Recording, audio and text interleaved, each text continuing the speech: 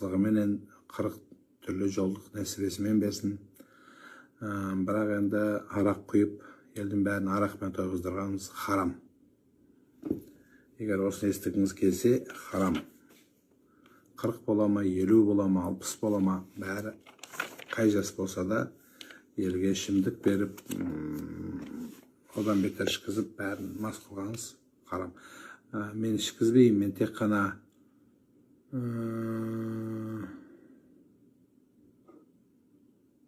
өздері дайындаймын, өздері ішеді десе, онда білмедім, онда бәрібір харам. Себепші болуыңыз, Соқтан, енді жалпы 40 жасын тойламайды деген сөз бар. 40 жасында адам ақыл тоқтатып, пайғамбарлық келген 40 жасында, адам 40 жасында уже толықсып азамат болады. 40 жасында өмірін өзгертеді, 30-ында орда бұзып, 40-ында қамал алады дейді ұлтымызда. Сондықтан сондай дүние. Сол 40 жаста тойлаған ақшаңызды жетім жесір, жағдай жоқ, әулетіңізден туғандарыңызға бергеніңіз қайда көп сауап болады. Ассаламу алейкум деп сәлем берген баршаңызға ва алейкум ассалам ва рахматуллахи ва баракату. Алла разы болсын. Қазіргі астарда тамада имам өткізіп жүр. Ойыңыз қандай осы орайда? Ешқандай не жоқ сөгіттігі. Тек қана жаңағы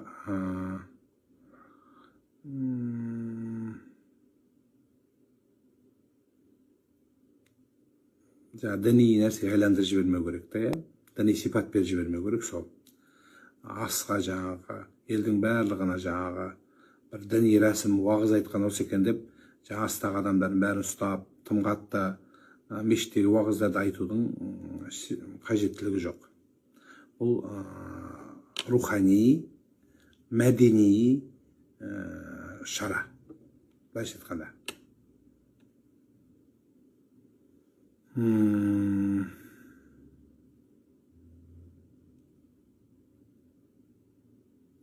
Домбыра туралы жаман сөз айтқан адамға 3,5 жыл беріпті, көп емес па, дейді.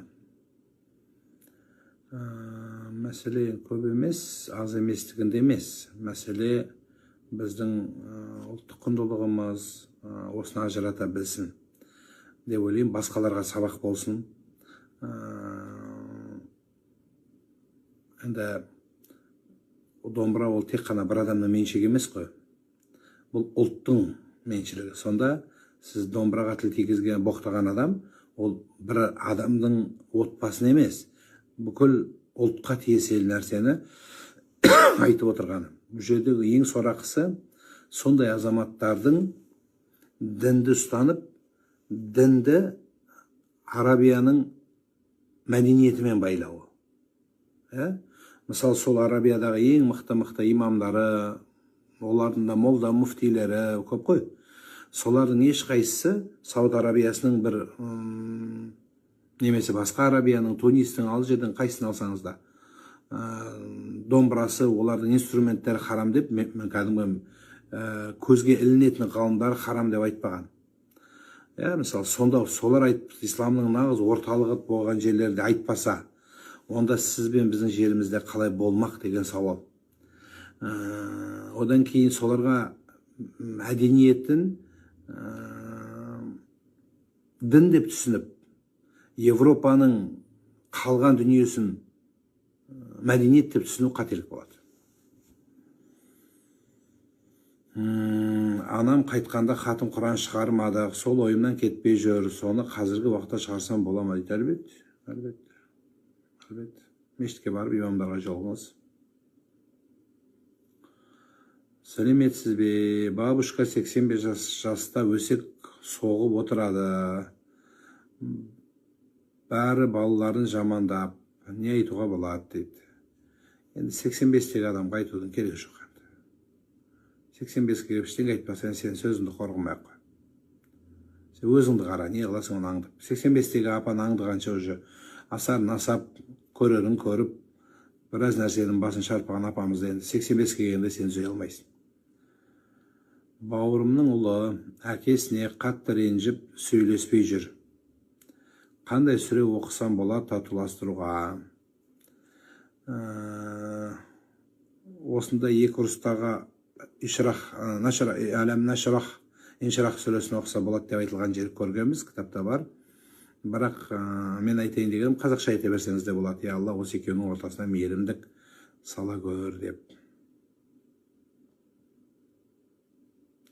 Әкемнің қайтыс болғанына 5 жыл өтті. Соған тек Құран оқытуға болмай ма, қой соймай? Болады. Қой менен Құранның қажеті жоқ. Бірақ мысалы Құран оқытқанда адамдар келеді ғой, ағайындар. Сол ағайындарға сен алдынан ескерту керексің. Мен тек қана Құран оқытамын. Сендер тамаққа үміт етпеңдер деп айту керексіз. Мысалы кейбір облыстағы мына түрік местный месхетинец түріктер, мен бір-екі асында болып жүрмін. Сол жерлерде олар кәдімгі келген адамдарға тек қана ясин оқиды, болды. Тамақ жоқ. Сонымен 300-500 мың адам жиналады, бәрі отырады, Құранын оқиды, молда, содан кейін ясинді қайырады, ауамен де бәрі ата бабасына дұға қылады, содан тұрып кетіп қалады бәрі. Міне солай. Ал енді сен олай жасасаң, ағайынның ортасында сәл келіспеушілік болып қалмау керек. Ал енді өз үйіңде өзің бала шағаңмен оқысаң, олай күнде, сағат сайын істесең де бола береді. Кейбір адамдар Құранға емес тамаққа жиналады деп айтқым келіп тұр.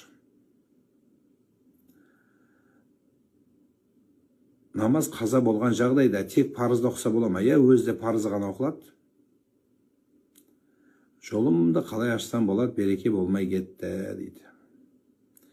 Берекені болдырудың бірнеше жолы бар. Мысалы сіздің мына дұға бар десек, барлығының жолын ол ашпайды. Мысалы сен берекені келтірудің біреуге мына аузыңдағы боғауыз жаман сөз өсек өтірік болса, береке болмайды. Саған ол дұға пайда бермейді. Барлығын бір дәрімен емдемейді ғой. Сен бірінші өсек жаманшылығыңды қой. Содан кейін барып дұғаға кел.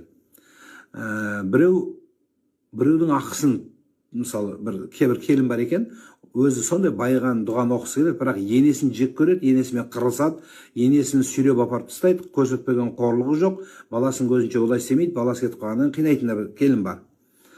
Соған қандай дұға үйрету керек? Соған дұға үйретсе өлдік емес пе? Одан бетер бәрін дуалап жынды қылады ғой. Сен енеңе, анаңа дұрыстап қара. Жас балалар бар, бауырымен араласпайды, ағайынымен араласпайды. Марқұм әке-шешесі екеуінің басын қосамай дүниеден өтіп кетті. Бұл бір туған бауырымен араласпайды. Мына жақта ишан әулие мешіттен шықпай жүр. Құдай маған береке бер деп қалай болады? Ана шашегесің, наркотик табасың, мефедрон қолданасың, сөйтесінде дұға сұрайсың. Қалай болады? Немесе өзіңнің қол астындағыларыңа, саған тәуелді болған қызметтегі адамдарың бар шығар, мейлі әйелің, мейлі бала шағаң, мейлі үлкен бір бастық шығарсың. Сен қарамағыңдағы адамдарды қанайсың, Құдайдан береке дұға сұрайсың. Қалай болады? Байым деп ойлайсың ба? Береке қонады деп ойлайсың ба? Сол үшін берекенің алға қарай ұмтылғанда бірінші жағдайыңды қарап көру керек. Мен ешкімді жылатып жатқан жоқпын ба? Менен ешкім қиянат көріп жатқан жоқ па? Мен ешкімге жәбір беріп жатқан жоқпын ба? Осыларды іздеп көр. Содан кейін барып Құдайдың ақысын өтесің дұға қарай. Адамның, құлдың ақысын аяққа таптап, Алланың ақысына түсе алмайсың сен. 5 атаға бар, содан кейін жолың ашылады деген рас па? 4-ге барса ашмай ма екен не? 4-іне барса ашпайды ғой. Именно 5 ғой, жоқ ондай нәрсе. Құптан намазын қаза қылып алдым, қалай оқылады? Құптан намаз қаза болады. Құптан намаз қаза болады. Қашан? Таңның уақытысы кірсе, құптан қаза болады. Құптан қаза болғанда тек қана 4 парыз оқылады, соңын 3 уәжіп оқылады. Ортадағы сүннет оқылмайды. Тамақ жеу әдебін айтыңызшы дейді. Ой. Енді дардай адамдарға тамақтың жеу әдісін несін түсіндірсек, ұят қой. Бірақ десе де, мұсылман адамның ең әдебі тамағы болу керек. Баракату таамалуду қабла, астың берекесі астың алдында қолын жуу, ва бағда кейін тағда қолын жуу, аузын шаю. Тамақ ішіп отырғанда өз алдынан жеу. Бірінші ағузу бисмилля айту, ішінен болса да. Одан кейін шүкір деу, асығып шашпай жеу, өз алдынан жеу, біреуге сұқтанбау, тамақты мақтамау, жамандамау, үйдің иесінің дүниесін санамау, жақпағандығын білдірмеу, одан кейін сораптап ішпеу. Кейбіреулер ішкен кезде адам шошиды, шошқадан арыз ішеді, сораптап ішеді. Содан кейін мынау қайта-қайта қолын жалай беріп, тамаққа тығады. Қолмен жеген жақсы, бірақ қолмен жеп, бүйтіп жалап, немесе қасықты жалайтындар бар, әйелдерге қатысты. Жалапсың, бүйтер жібереді, ал жеңдер деп. Аузың бәрі шұқпа беріп қаласың. Сондықтан бұл дұрыс емес. Осы сияқты нәрсе. Одан кейін үйдің иесі болсаң, қонақ тұрмай тұрып, дастарханнан сен тұрмау керексің. Бір командамен тамақ жеп, бір командамен тұру керек. Осы әдетті ұмытпауымыз керек, біз қазақ салтындағы. Кейбіреулер жаңағы біреу аузына тыға береді, біреу тұра береді, біреу кете береді, бір дұрыс емес. Тахаджудқа тұру кезде ниет қатты болса, періштелер оятады екен дейді. Солай, дұрыс айтасың алтыным. Аға, қазір белім ауырады, соған арақ пен настойка ішу керек дейді. Оны боламы, өзім Құран оқып жүрмін дейді. Жоқ, саған дәрігер берген жоқ қой, көшедегі біреу берген. Көшеде кім көрінген бере берсе, істей берсең өліп қаласың алтын, біріншіден. Екіншіден, мұсылман адам кім көрінген ішпейді. Үшіншіден, дәрігер бар жаным. Дәрігер 21 ғасыр саған бел ауырғанға обезболивающий болмай баратса. Енді қайта-қайта обезболивающий іше берген дұрыс емес, басқа шарттарын көр. Бірақ арақ пен настойканы жақсаң болады. Настойканы белге жақсаң болады, Құран оқи бересің. Бірақ ішсең ертең үйреніп алып, сен әр Құран оқыған сайын коньяк ішіп отырасың, сұмдық болып қойғандайды.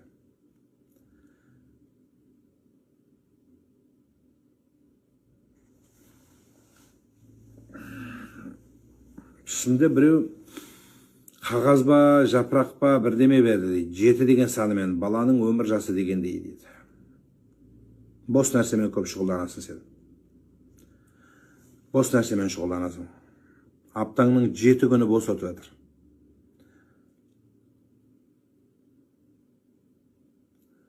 Қыз балаларымды медресеге оқуға берсем, жастары 14-11-де дейді. Жақсы, беріңіз. Бізде 14 жастан алатын медресе жоқ. Жаздың күні қазір лагерь сияқты оқытып жатыр мешіттерде. 15-20 күнгі соған оқытып, Құран оқытуды, бата қылуды, ас қайыруды үйренсе жақсы болады. Медресе ондай 14 жастан қабылдайтын медресе жоқ біріншіден. Екіншіден, тек қана медресе тәрбиелемейді ғой баланы. Баланы бәрі ғылым тәрбиелейді. Сондықтан балаларыңызды медресемен тек қана жаздың күні медресе басталған кезде ғана мұсылман қылуға болмайды ғой. Басқа уақытта да жақсы тәрбиелеп, Алланың барлығын, ненің арам, ненің адалдығын үйретіңіз. Аға, ашуланшақ болып кеткем, күйеуіммен ұрса береміз, не істесем болады дейді. Тоқтату керексің өзіңді. Өз-өзін тоқтатпасаң, аяғы ажырасуға барып тіреледі. Сізге сұрақ, ақырет ақматасы қалампырдан сарғайып кетіп қапты кішкене. Обал болмайды ма, әлде ауыстыру керек па дейді. Ақмата не қыласың алып алтыным? Ақматадан көп нәрсе жоқ қазір. Базардың бәрі ақмата. Ол баяғыда болған ақмата. Қиын болған, адам өліп қалса, апаларымыз сондай иманды ғой. Мен өліп қалғанда бала шағам ең болмаса ақматаға қиналып, бұл кезде жоқ заман, дефицит заман, қалың ақмата. Қазір айналайын түр-түрімен бар.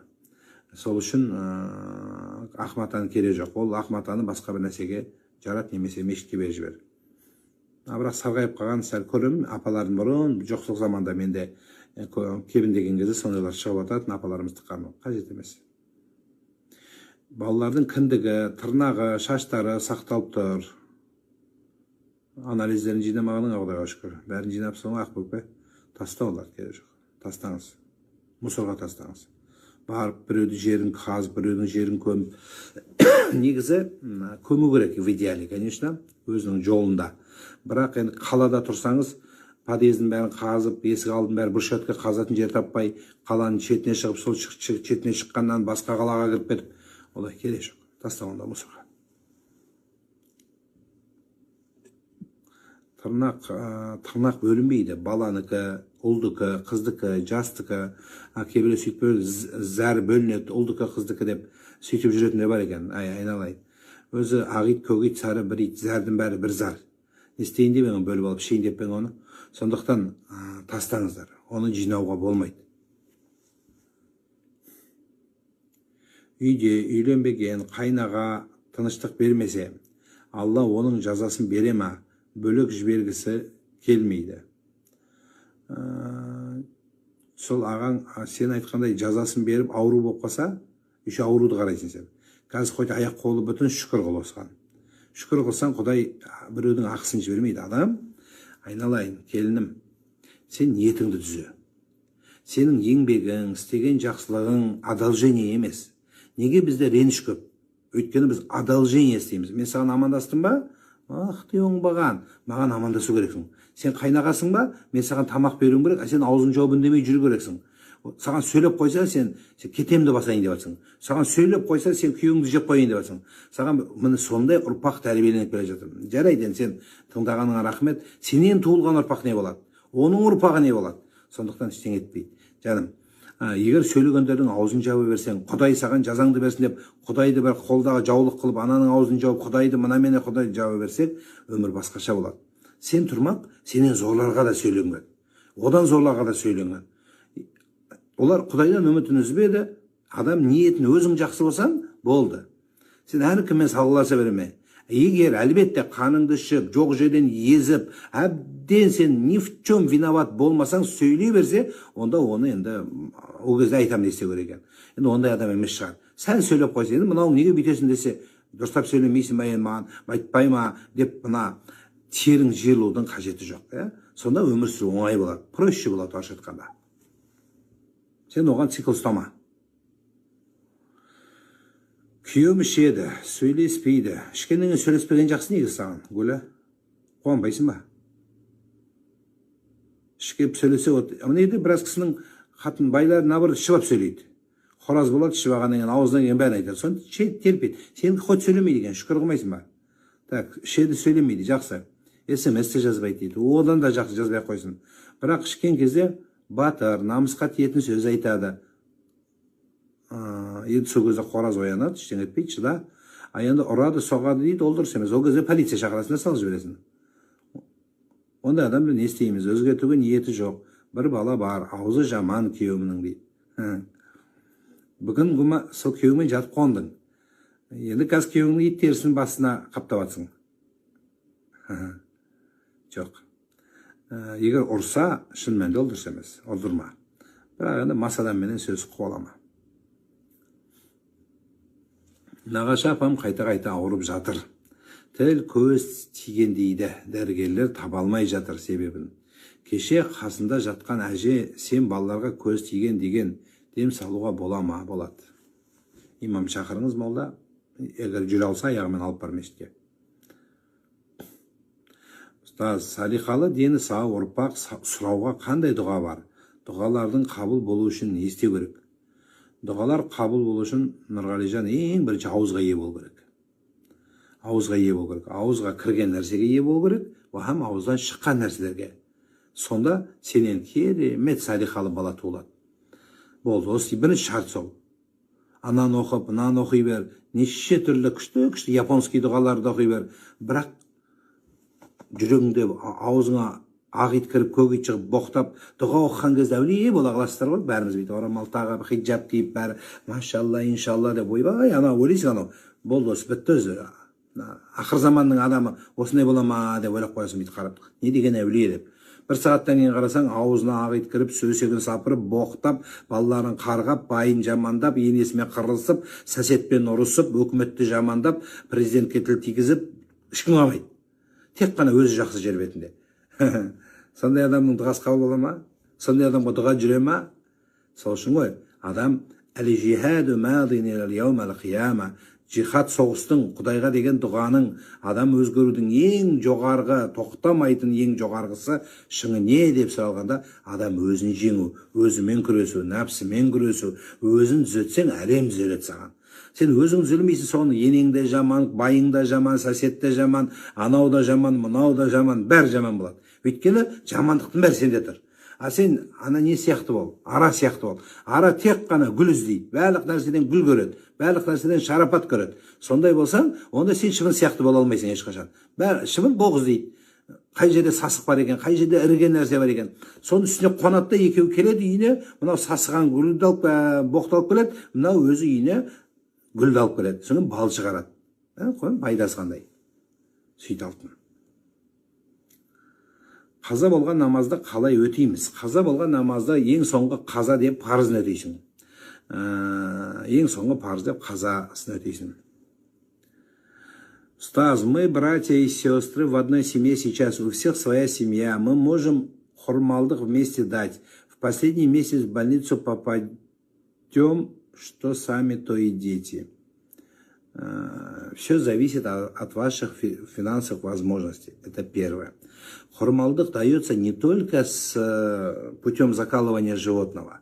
То есть барашка, там, не знаю, можно и корову, бычка зарезать, исходя из своих возможностей финансовых.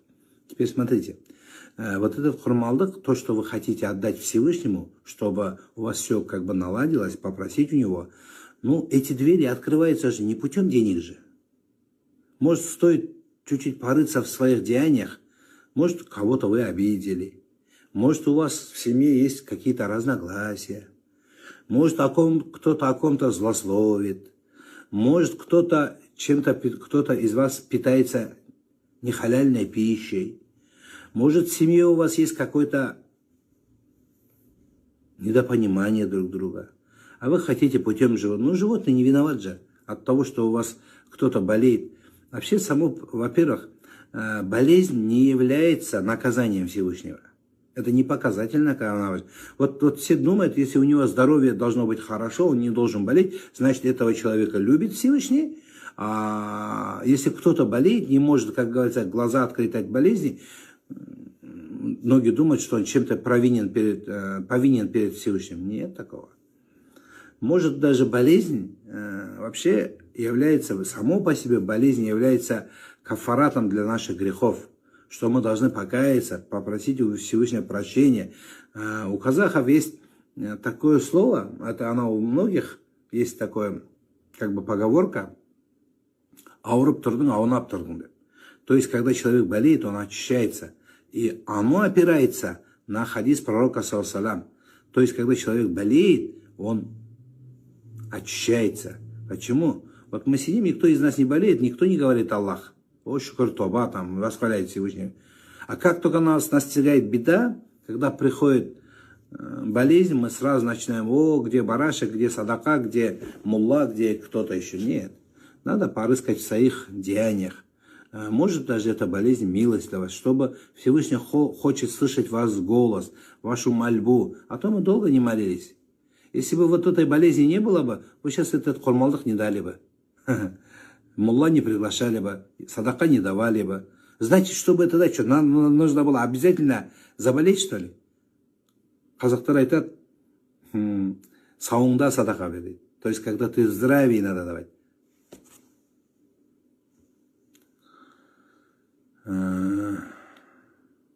Мектепті бітірдім.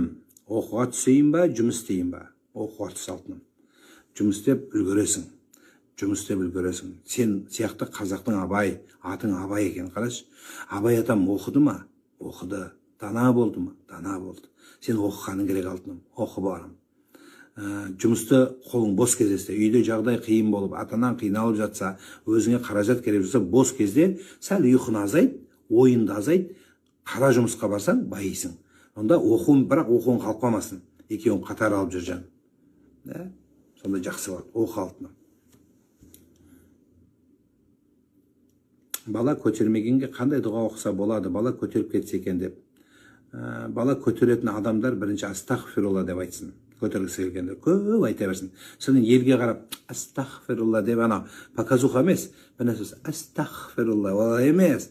Мына астағфирулламен, мына жүректегі астағфирулла, мына миың астағфирулла, содан кейін мына жүрісіңді астағфирулла болу керек кішкене. А то сенің аузыңда астағфируллада, жүрісіңде астағфирулла жоқ. Сон бәрі бір жерге келу керек бүйтіп. деп үйгөсү керек. Бәрі бір комплект болса, сонда астағфирулла болады. Сенің де дұғаң оларға қабыл болады, олардың да дұғасы қабыл болады.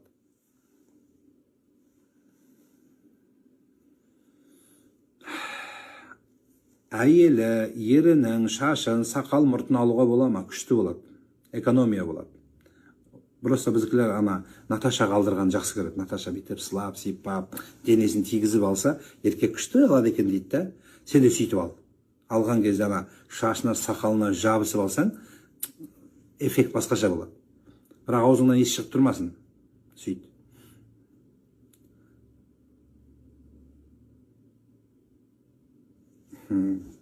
Алматыда сізді көрдім дейді, жүзіңіз жылдай өте жылы екен дейді, Алла разы болсын. Сеніп қалам өзім сондай екен деп, Алла сақтасын. Мақтай бермеңіздер. Бастығының зұлымдығына тап болса не істеу керек? Жұмысты ауыстыру керек. Үтір уәжіп, қаза болса, ертесіне кешке оқыла ма, әлде күндіз оқыса болады ма? Күндіз оқыса болады. Түнгі намаз түнде оқылады деген әңгіме жоқ. Түнгі намазды қазасын, түнгі намаздың қазасын 24 сағат қалаған уақытыңда оқисың. Тек қана күн шыққанда, күн тік тұрғанда, және күн батып бара жатқанда оқымасаң болды. Түс жоры кітабыңыз қашан шығады? Шықты, бәрі шықты. Соның настройкасын келтіре алмай жатырмыз. Уже неге салдық, қазір тестирование жүріп жатыр. Сол кішкене со жағын келтіре алмай жатырмыз. Бұйырса болады. Күнде ұйықтасам түс көрем дейді. Ұйықтамаса, ұйықтамаған болмайды, мейлі. Түс көрмеген ұйқым болмаған дейді. Ол неден дейді? Былай ғой. Білген сүре дұғаңды оқисың, аятыл күрсілі ғой білген сүреңді. Бірінші дәрет аласың, айтпақшы. Содан кейін айт, Құдай мені кешірді. Бәрін кешір. Жүрегіңдегі не бар, бәрін кешір. Саған жияндық жасаған, сені өсектеген, енеңді, особенно абысындарыңды, сені жамандаған, барлығын одноклассница сенен озып кеткен, солардың бәрін кешіресің. Жүрегіңде ештеңе бар. Таңға дейін емес.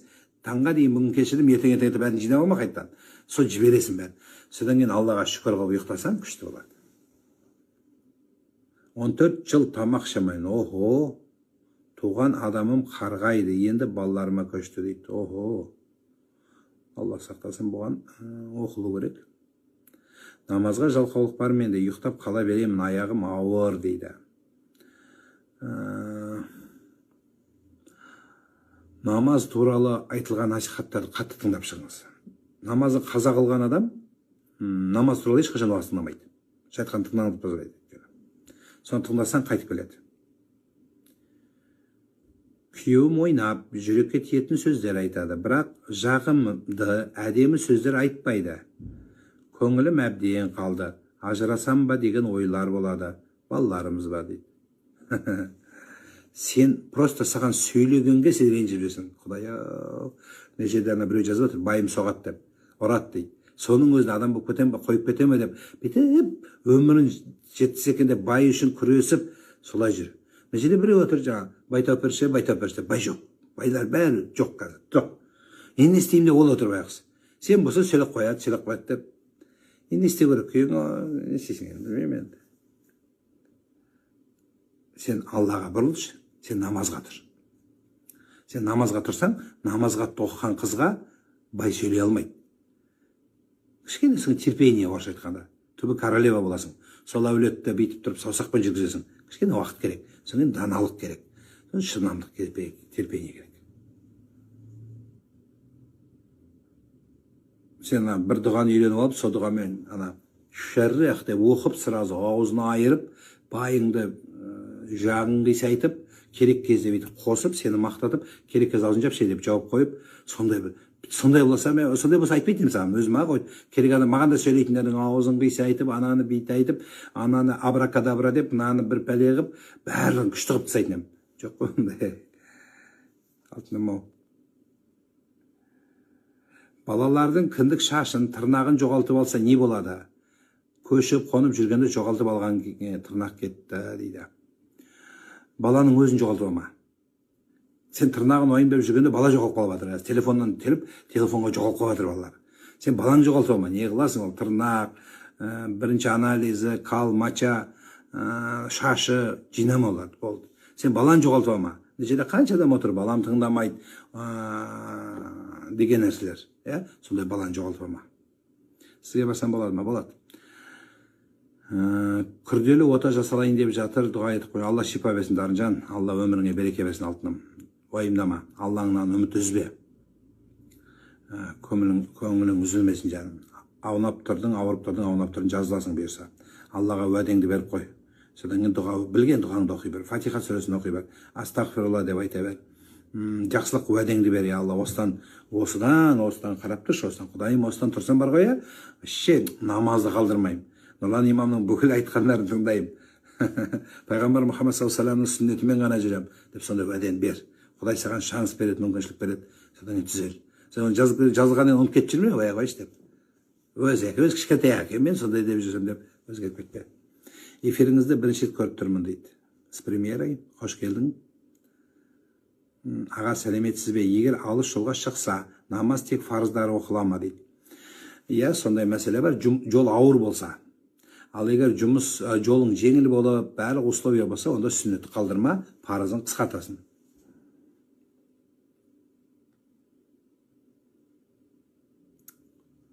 Күйеуімнің анасы артымнан келген, енем деп айта салмайсың оны? Жарайды. Күйеуімнің анасы артымнан келген диванымды жаңа үйге сатып жіберген. 13 жыл өтті. Үйлі болдық, соны алып беріңіз десем, әпергісі жоқ. Қалай болады дейді. Ойбай десеш. Менің диваным деп, ажырассаң сол диваныңды алып кететін бәң десейсің, квартираңа сыймайды же. Диваның шіріп кетті, үстіне ит жатты, мысық жатты, сиді, бұтына жіберіп қойды біреу, үстінде біреу өліп қалуы мүмкін, не аласың енді, бол қой. Сен диванды істейін деп енді. Қой алтыным. Бір диваның артынан келген екен, соншама тегі бір Палзелеридің диваны келгенде айттың ғой сен, Дольче Габбананың, ештеңе етпейді жан. Әлі талай диван бітет басыңа. Сол жаман енең аман болса, баларының тілеуін тілеген, баласын тілеуін тілесе, саған тілеп атыр деген сөз. Әлі талай диван бітет басыңа. Бізді шақыратын диван болады басыңда. Бізді жаным қонақ қылатын күшті диван болады. Әлі талай диван бітет, ұрпақтан ұрпаққа кететін диван болады. Сен диваның біреуге өтпейді, сосын жаным еңсіз қой. Енеңнің диванын беріп жіберсе, енең ештеңе етпейді. Білем, саған ұнамайды. Сен өткен мен мамам берген деп. Алтыным-ай, дүниенің талайы бітет басыңа. Уайымдама. Қайта рахмет деп қой. Дұрыс де. Сіз сияқты енемнің болғанына шүкір десең, ойбай, жүрек жарылып кетер байқысын. Ерегіс берген кісімен. Сен ертең сондай ене боласың өзің. Ассаламағалейкум аға. Енді босанып баланы емізіп жүрмін. Правда, что разрешается кормящей маме дейді, пропускать намаз. Жаңа шаш пен тырнақ туралы сұрады. 40 шыққансын ол шаштарды не істейміз дейді. Сразу екі сұрақ екен ғой.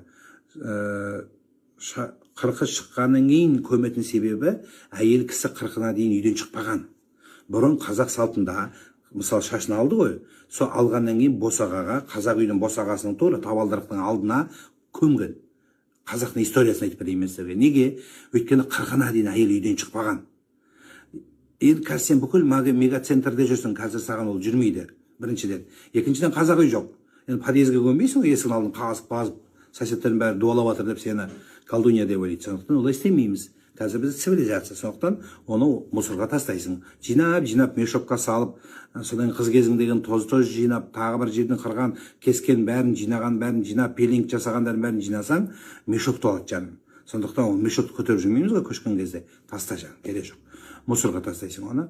Ал енді жаңағы кормящей маме пропускать намаз дегенің өтірік. Пропускает намаз только женщина после родов до полного очищения. Она называется нифас деп айтылады. То есть полный тазарып тоқтау керек. Сол 40 күн болады, потолок. Әр қыздың, әйелдікі әдеті әр түрлі, табиғатына сай. Бір нифас деп айтылады. Одан кейін каждый ай во время ПМС намаз оқылмайды. 2. Үшінші пропускать намаз имеет право ненормальный. Он, потому что ненормальный, оған бола береді. Потом өлген адам, өліп қалған адамға тоже намаз міндет емес. Потом намаз может пропускать, который в коме. Адам комада жатса, солын пропускает. Болды. Басқа жоқ. Жолдасымның фамилиясын алған күнә ма дейді. Алия, қарындасым, сен алып қойыпсың, 84 жылғы кесің, болды, уже поздно. Енді сен фамилиямен ойланба. Сен күйеуіңнің жүрегін ал. Бірақ жүрегімен жаныңызы суырып аласың 30 жылда. Сен күйеуіңнің қызметінде бол. Сен күйеуіңнің қолында қара. Болды, фамилияң құтты болсын. Новый фамилияңмен поздравляю. Енді қайтадан қыз фамилияңа өтіп, содан кейін қайтадан ойбай болады деп, қайта документтер ауыспай қалады, қайта өтіп жүргенде өмірді соның алдына өтіп кетеді жаным. Қой, керек жоқ, өмірді бағала. Өмір ол фамилиядан өтіп-өтпеу үшін емес жаным. Енді өтіп қойғандарыңыз құтты болсын, новый фамилиямен жүре беріңіздер. Өтпегендеріңіз өтпей қойыңыздар. Күйеуінің фамилиясына қызықпай қойыңыздар. Егер күйеуінің фамилиясы күшті фамилия болса, онда өтіп ал. Өтіп ал. Авторитетный фамилия болса, жаңа Назарбаев деген сияқты. Тағы қандай фамилия, сондай фамилиялар болса, онда өтіп ал. Онда мен де өтіп кетемін. Не то что күйеуім, сен. Сондықтан айналайын қой. Бірақ негізі фамилияны алуға болмайды деп айтамыз. Неге? Өйткені болмайды дегенде енді харам, ойбай харам, тозақтаға түсесің дегендей нәрсе емес енді. Енді харамда өз деңгейі болады. Бірақ енді өтіп болғандар бір сонында. Сіз неге өсек айтқанды ойламайсыздар осы? Өсек айтқан кезде харам ба, совсем күнә ма деп ойлап кетсіздер ғой. Айтып алып подружканы, енеңді, абысындарыңды, қайынсіңліңді, өкіметті, байқұс президентімізді, әкімдерді, мұғалім директорлерді, балаңның мұғалімін, воспитательница өсек дегенде харам ба деп ешкім сұраған жоқсыздар ғой. Спокойно айта бересіңдер ғой. Спокойно. Ит рәсуасын басына шығарасын. Ал енді осыны келгенде харам ба не, астағфирулла, күйеуіме фамилия өтсем харам. Басқа нәрсе, басқаны тоқтатайық та өзі. Ана арақ ішкен жерде, арақ ішкенде ішкен жоқпын мен көп. Кішкене вино ішті, мен қолыма ішкен жоқпын. Бірақ бүйтіп стакан соғыстырдым. Осы харам ба деп сұрадыңыздар ма сізге? Сұраған жоқсың. Өсек айтам. Солай. Талай намаз оқып жүріп, ораза ұстап жүріп, өсекті талай айтып едім деп сұрап бердіңіз. Сұраған жоқсыз. Ол уже ет үйреніп кеткендіктен да. Ал енді мынандайға келгенде сразу фамилия ма? Потому что легкий ғой фамилия. Саған қатысы жоқ, өзгерте саласың, болды. Мен уже сол фамилиямен мұсылманкамын деп ойлап жатсыз ба? Мұсылмандық, ол менің фамилиямен өлшенбейді. Ана бір қыз бүйтіпті ғой. Мұсылманка екенін көрсеткісі келеді дейді да, мойнына кулон тағып алыпты. Аллах деген. Ал я мұсылманка деген кулон тағып алады екен. Зато ол енді кулон көрсете керек қой. Сол үшін мынаны ашады екен бүйтіп. Мына жерін бүйтіп ашып қояды екен. Я мұсылманка деп. Сонда өзі мынаның бәрін ашып жатыр. Голая вся. Мынаның бәрі түсіп қалып жатыр. Декольтесінің бәрі сәл еңкейсе страшный болайын деп тұр. Соны елдің бәрі ана Аллах деген жазуды қарамайды. Бүйтіп арырақ қарайды да, арырақ қарайды. Сол үшін қойғандай.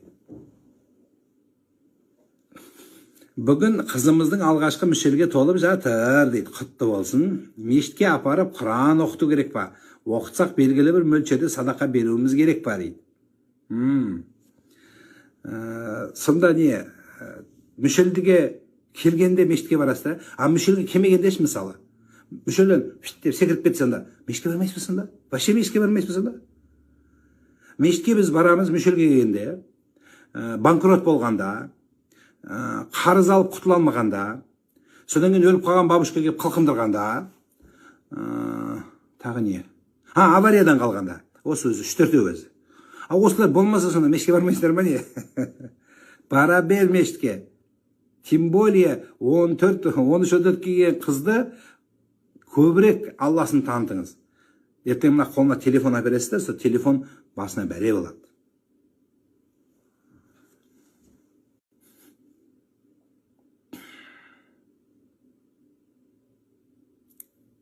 Ұлымды толық 5-ке толмай піштірдік. Сүндеттедік дейді, мейлі, жақсы. Піштірсапсыз, жақсы. Ештеңе қылмайды ма? 4 жас 9 ай ештеңе қылмайды. Енді сол 5 жастағы баланың аузынан не шығып жатыр, соған қара. Индира ма? Солай қыл жан. Индира екен ғой. Индира жан, сол 5 жаста қазақтың өрін баласы өсіп келе жатыр. Соның аузына Алла деген сөз салып бер. Сол баланың аузына батырлар жырын салып бер. сол баланың жүрегіне Құдайды салып бер. Сол қазаққа деген, тілге деген, ұлтқа деген махаббатты салып бер. Шынайы патриоттықты салып бер. Әкесі бар шығар, әкесін құрметтеуді салып бер. Сонда әке ана құрметтеуді салады. Үлкендерге қызмет етуді салып бер, 5 жастағы балаға. Сол маңызды. Оның піштерген уже біріншіден ал дұрыс емес, ойбай десем не істейсің? Қайтадан жалғап қоймайсың ғой сүбірклеймен. Кешкі нәрсені. Болды уже поздно. Біріншіден, екіншіден ондай нәрсе жоқ. Именно мына жаста сүндеттеу керек деген.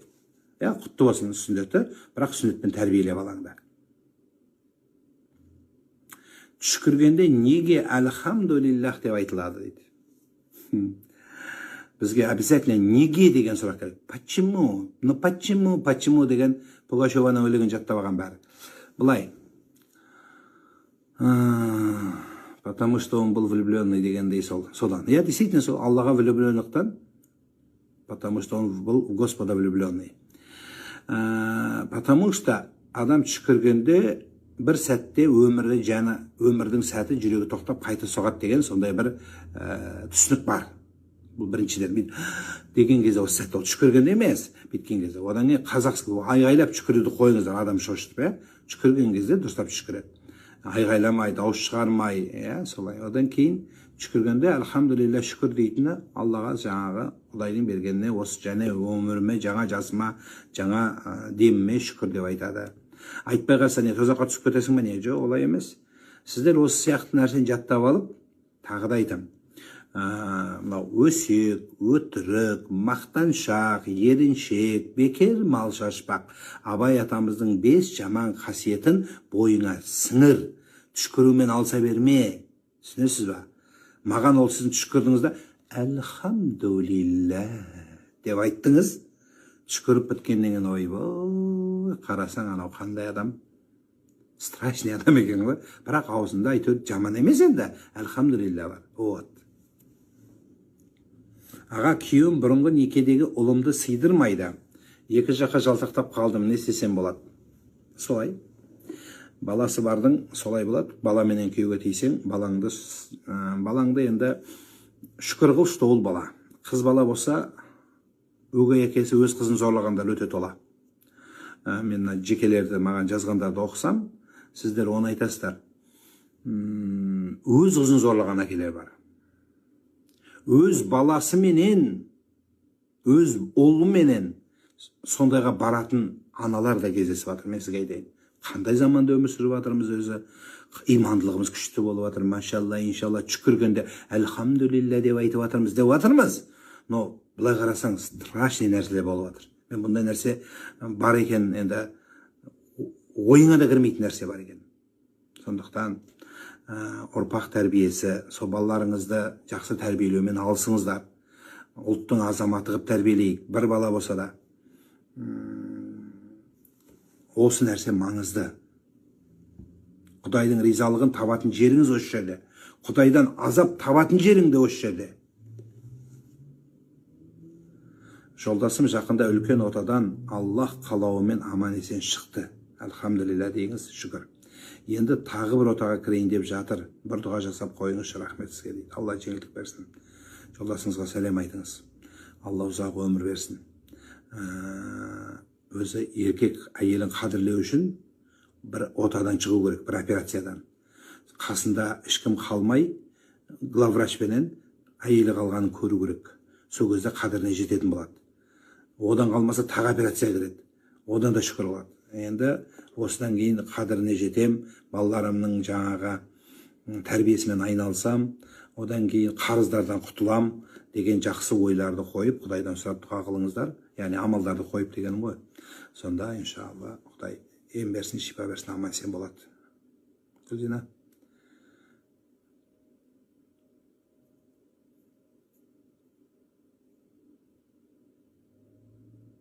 Біз балконы бар үй алғанда сіз келіңізші дейді. Машалла. Көрдіңіз ба? Адамның қандай арманы. Вот, пожалуйста. Біреуге үй арман, біреуге балконы бар үй арман. Құдай, Құдай. Әумин жаным, балконы бар үй ал. Бірақ балконы бар үй алсаң, соң лоджия алғың келеді. Лоджиясы бар алғың келеді. лоджия салган келгенден кийин соседтин үйүнө кирип кететиндей кылып алгың келет. Соседтин үйүнө кирип кеткенден кийин бассейни бар керек болот сага, фитнес керек болот. Амин бирок. Пиштирген соң дейді, Құран оқытып үлкендердің батасын алу керек па дейді. Баладан тұлым шашы бар, соны қидыру керек. Сол туралы айтыңызшы дейді. Тұлымды мешітке барып, молдаға кестір. Молда дұға оқып кесет. Ең дұрысы сол. Кім көрінгенге кестіре берме, молдаға кестір. Ең простой молдаға апарса мешіттегі. Атақты, абыройлы, авторитетный емес. Ең простой. Кәдімгі мешіттің қызметкеріне апарып кестір. Сол жақсы болады. Бұл бір. Екіншісі, сүндет деген соң Құран үлкендердің батасын тек қана піштіргенде аласыз ба не? Піштірмесеңіз алмайсыз ба не батаны? Үлкендердің батасын баланы піштірсең де алай бер, қарындасым. Піштірмесең де алай бер. Жаңағын айттым ғой. Алай бер. Жоқ лишний, жоқ біз піштіргенде алғанбыз, болды. Десе, бүгін бата берейін деп едік десе. Неге десе, біз піштіргенде алып қойғанбыз, бүкіл батаның бәрін оптовый алып тастағанбыз уже. Біз енді алсақ лишний болып кетеді бізге бата. Дейсің бе сонда? Қуалап жүріп батасын ал. Баланың болашағы жақсы болсын дейсің ба? Желкелеп жүріп батасын ал. Әркімнің батасын ал. Көшені сыпырғандардың батасын ал. Маңдай тер еңбек төккендердің батасын ал. Тек қана атағы шыққан, инстаграмға шыққандардың емес. Простой, еңбек еткен. Соны бала бата алғанды көреді. Ананың қолын күскісін көреді. Еңбек деген қандай екенін көреді. Анау Google компаниясында немесе Microsoft-та істейтіндердікі ғана емес, әппақ болып бүйтіп отырған. Балам, сен де осындай бол, көп ақша табасың деп емес, кәдімгі еңбекті бағалайтындардың батасын алсаң, міне мынандай болады. Менің 7 жастағы қызым сіздерді Меккеге апарамын дейді, жайнама жайып тілек тілейді, бірақ маған Алланың киімін хиджаб алып берші дейді. Саған олай киіну ерте десем ренжіп қалады дейді. Жақсы, жақсы, баланың тілі бал, періште, әумин деп алып беріңіз, оған барып сатып алудың керек жоқ, ашын орамалды бүйте сал, шеретке түсіріп қой, мәз болады. Жақсы нәрсе. Баланы қақпаңыздар. Қағатын, сіз балам темекі шегейінші десе қақпайсың ғой. Темекі шеккенді бүйткенді көріп, қалай шегеді, былай шеге ма, былай шеге ма? Йо десе, ема деп сөйлеп жатыр балаң. Оны қақпайсың ондай кезде. Орамал тағайын десе қағасың. Жоқ, қақпа жан.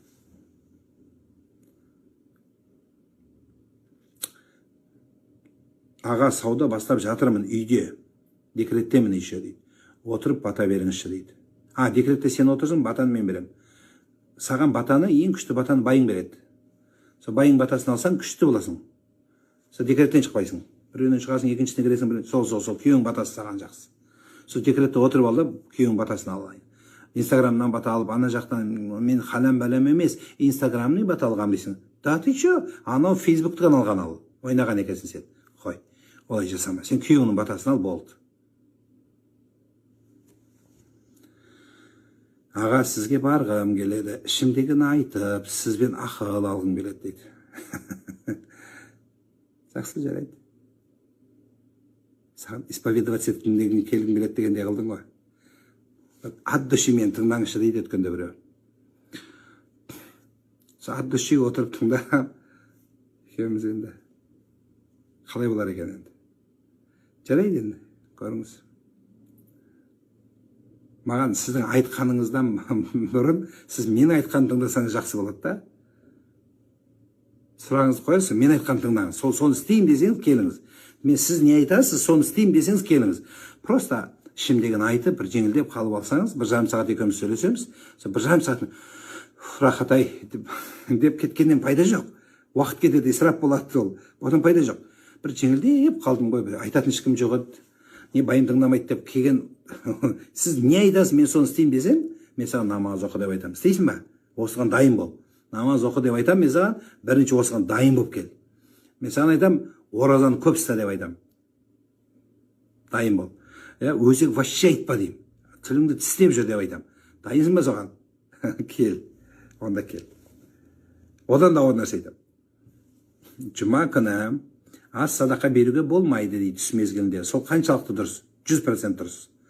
Жұма уақытысында ас беруге болмайды. Сауап алам дегендеріңіз күнә аласыздар.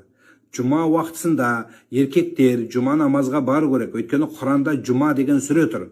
Алла Тағала İza nudiya lis-salati min yawmil cum'a fas'au ila zikrillah. Kim cuma günü azanды естсе, cuma'nın vaqti bärin tastab cumaga asıqsın dep Xuday buyurat. Xuday buyurup atır. Nurlan imam emes, Xuday. Başka Xudayga beramiz bärimiz. Sonuçtan Allah men buyurgan nege orundaman deydi. Mana men amanat etdim, men sizlere jetkizdim. Sizler o jere jinalıp alıp tamak jеп atysыздар. Kalay bu? Kışta tamak jеп atysыздар. Жоқ, олай істеуге болмайды. Жұманың уақытысында тамақ бермейді. Қандай тамақ болса ондай тамақ болсын. Жұма күні жұма намазда болу керек еркек азамат адам.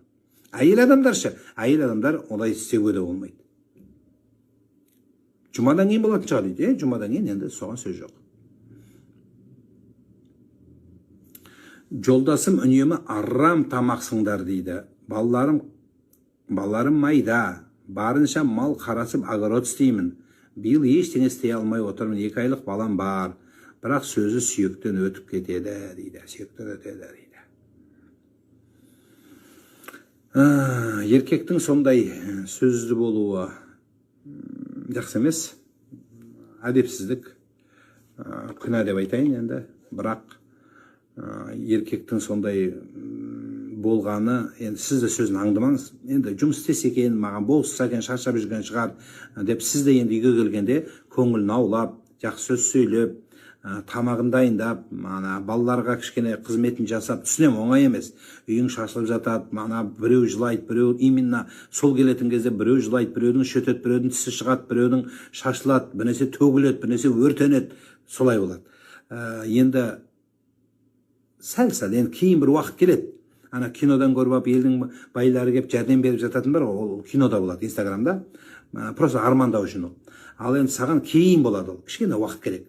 Мына бақытқа жету үшін адам бір нәрсені жертвовать етеді. Жақсы нәрсе үшін беру үшін кішкене ақшаңнан садақа бересің. Сол сияқты. Сондықтан осындай бір жертва деп есепте. Сөйтіп сен кішкене жертва болып барып, бұйырса, сол балалар аяққа тұрғаннан кейін күйеуіңнен өшінді аласың, асықпа.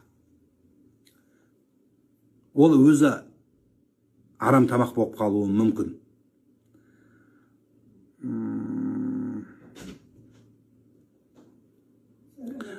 Амансыз ба, апайым? Қалайсыз? Денсаулығыңыз жақсы ма? Аман есен ба? Денсаулығыңыз жақсы ма? Келіп қалдыңыз ба? Келіп қалдық. Жақсы, апа. Қайсы келген кісілеріңіз? Қасында біреуді алып келем деп едіңіз ғой? Жоқ. Алдында олар болған болар кеше. Кеше келіп тұрды. Бірге отырдық қой. Болды. Өзіңіз? Өзім сол. Мазаңыз болмай жатыр? Жайлап жүріп жатырмын, білмеймін. Балалар шаршатып тұр. Жұмыстары никак. Или өзім асыған ба? Мен өткенде оқып жатсыз ба дұғаларды? Оқыңыз, иә. Түнгі оқыңыз, иә, қалдырмаңыз, апа. Енді тек сол тахаджудты оқығанда тілеймін. Дұрыс. Енді басқаларында айттыңыз ол тілеуге болмайды. Арабша тілеу керек, арабша... Жоқ, намаздан кейін қазақша тұрып тілеңіз. Каждый намазда ма? Жоқ, каждый намазда тілеңіз, намаздан кейін. Намаздан тілей беріңіз. Мен тоқы тахаджудтан тілеп жүрмін. Намаздың ішінде дегенім ғой. Намаздың ішінде тіленбейді. Яғни арабша өзінің дұғасы оқылады, болды. Намаз біткеннен кейін сәлем бересіз ғой екі жаққа. Содан кейін әр балаңызға жеке-жеке, Құдайым, мынаның басына мынандай проблемасы бар. Осы проблеманы сен түзетпесең, мен түзете алмай жатырмын деп әрқайсының ананың тілегі лә шәкка фиһинна сөзсіз қабыл болады. Молдадан да, имамнан да, кім болса болсын, сіздің дұғаңыз өз балаларыңызға сізді өтімді мейірлене қарады. Сондықтан ниетіңіз қабыл болсын, Алла өміріңізге береке берсін. Десейін, деп сапырайын ба? Мен ойлайын, может, мен дұрыс тілеп жүрген жоқ. Дұрыс тілеп жатсыз, апа. Сосын кеше қызымның үйіне бардым, сөйлестім. Күйеу бала осының 14-інде почти бір айға Атырауға командировка кетеді. Сонда сізбен қатып күйеу бала жаратпайды. Сосын кіші баламен сөйлестім. Солай ертең шілдеде келіп жатсаңыз,